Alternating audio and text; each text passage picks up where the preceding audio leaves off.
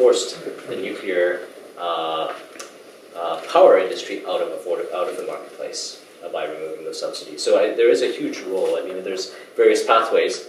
I mentioned Kings North actually because it's been sustained direct action that has forced a lot of the subsidies, introduced a lot of the risk into the profile of this company that have made these dirty, expensive projects unaffordable, and have actually brought around the realization that that all these projects, the externalized costs from all these projects are borne by the communities that ultimately have to, sort of take, a stand.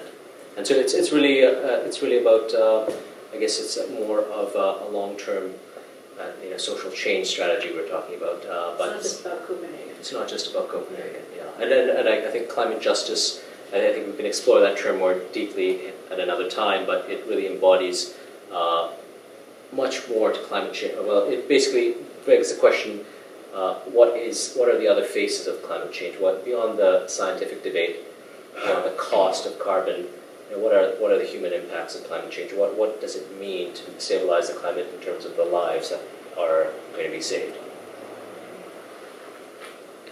I was going to respond a little bit to that too, in terms of the acknowledgement for both the two of you and others in the mobilization who have been on top of their jobs, putting in blood, sweat, and tears to make this mobilization real, and the fact that y'all reached out to us to be localized was really appreciated, and we've been enjoying playing a part in the mobilization. And it was gratifying to me, even though I think it was probably a PR move on the part of Chevron, to respond within days of the action saying, we want to meet with you and find out what your concerns are, right? But at least that shows that the mobilization has some power, and that it's causing Chevron to sit up and take notice. And I noted at one of the recent meetings that we had about the debrief from the Convergence was that all these groups from across the nation are looking to the Mobilization for Climate Justice West as a model to replicate in their organizing efforts. So I think that's an exciting, also testament to the work that's been done. So thank you for the time and energy you've been putting in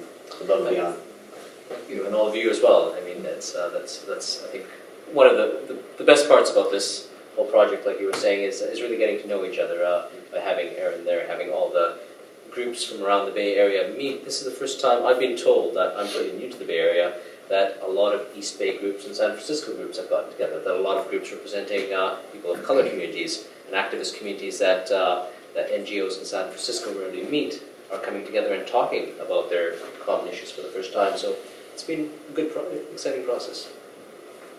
I'm obviously young and learning a lot about this, but what's been really educational to me is how folks in the mobilization are putting these frontline communities, many communities of color and low-income communities, in the front of the organizing and the planning, and making sure their needs and their interests are really heavily addressed in all of our actions and all of our messaging. It's super inspiring.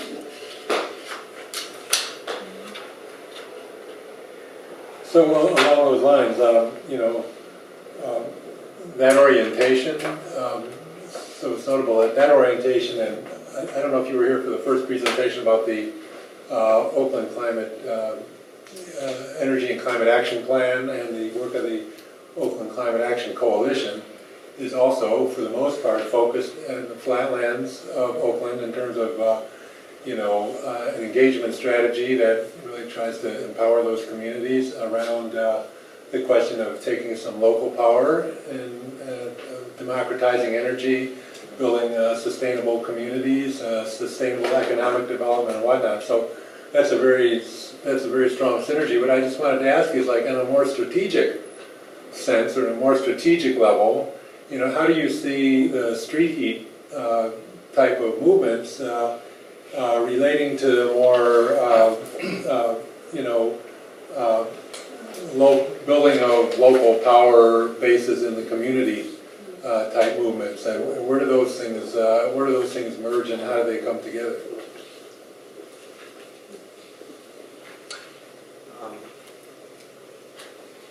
I guess a couple of thoughts from my side are that a lot of us, we've been having a discussion around really the role of direct action. And oftentimes direct action is seen as a tactic in a larger sort of, larger mix of tactics and strategies. For communities and for the aspirations of community-based groups, I think direct action should be looked at as a long-term organizing strategy that both empowers people to get involved. Sometimes it's the easiest, most accessible way for a lot of youth to get involved.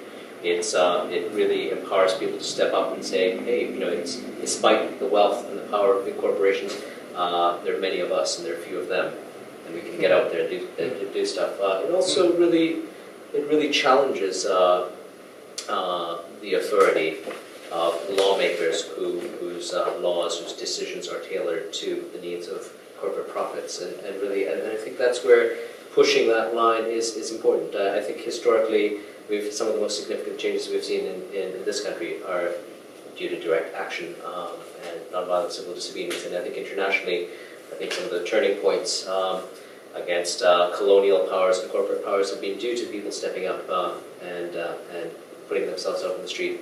I think today we're dealing with an era of carbon colonialism, where we need to bring the debate back to these corporations at their doorsteps.